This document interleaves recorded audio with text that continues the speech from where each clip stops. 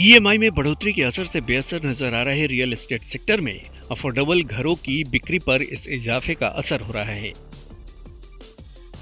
Affordable यानी 40 लाख रुपए तक की कीमत के घर, इनका कोविड-19 से पहले तक रियल एस्टेट की बिक्री में सबसे ज्यादा हिस्सा था, लेकिन कोरोना के बाद से इन घरों के खरीदार अपनी पस्त आर्थिक हालत के आगे मजबूर हैं और घरों को खरीदने से पीछे हट गए हैं।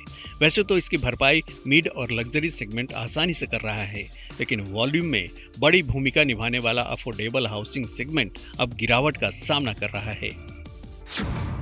आंकड़ों के मुताबिक 2023 की पहली छमाही में घरों की कुल बिक्री में अफोर्डेबल हाउसिंग की हिस्सेदारी करीब 20% तक कम हो गई है। वहीं जनवरी-जून 2022 में किफायती घरों की बिक्री 11% लुढ़क गई थी।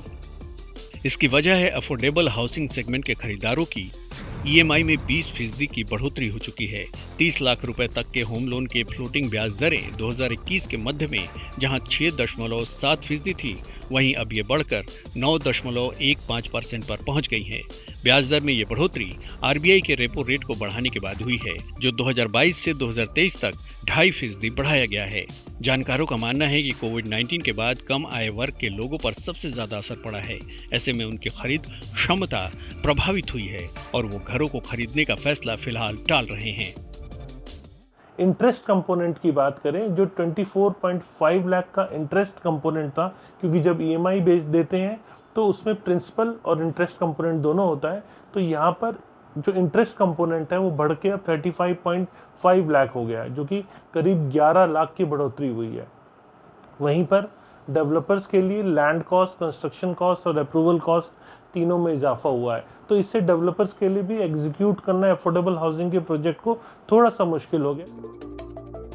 वहीं अगर मध्यम और उच्च आय वर्ग के सेगमेंट को देखा जाए तो इन पर ज्यादा असर नहीं पड़ा है। उल्टा वर्क फ्रॉम होम वगैरह जारी रहने से इनकी इनकम बढ़ी है और इनको अब बड़े घरों की जरूरत है, जो रियल एस्टेट को आगे बढ़ाने का काम कर रहा है। एसबीआई रिसर्च की एक रिपोर्ट के मुताबिक इस साल जनवरी और फरवरी के बीच दिए गए होम लोन में 30 लाख रुपए तक के होम लोन की हिस्सेदारी करीब 45% थी। वहीं अप्रैल और जून 2022 के बीच 30 लाख रुपए तक के होम लोन की हिस्सेदारी 60% के नजदीक थी। इन आंकड़ों से साफ जाहिर होता है कि ब्याज दरों में बढ़ोतरी का असर अफोर्डेबल हाउसिंग सेगमेंट के ग्राहकों पर सबसे ज्यादा हुआ है। ऐसे में बढ़ी ईएमआई का बोझ इनको घर खरीदने से रोक रहा है।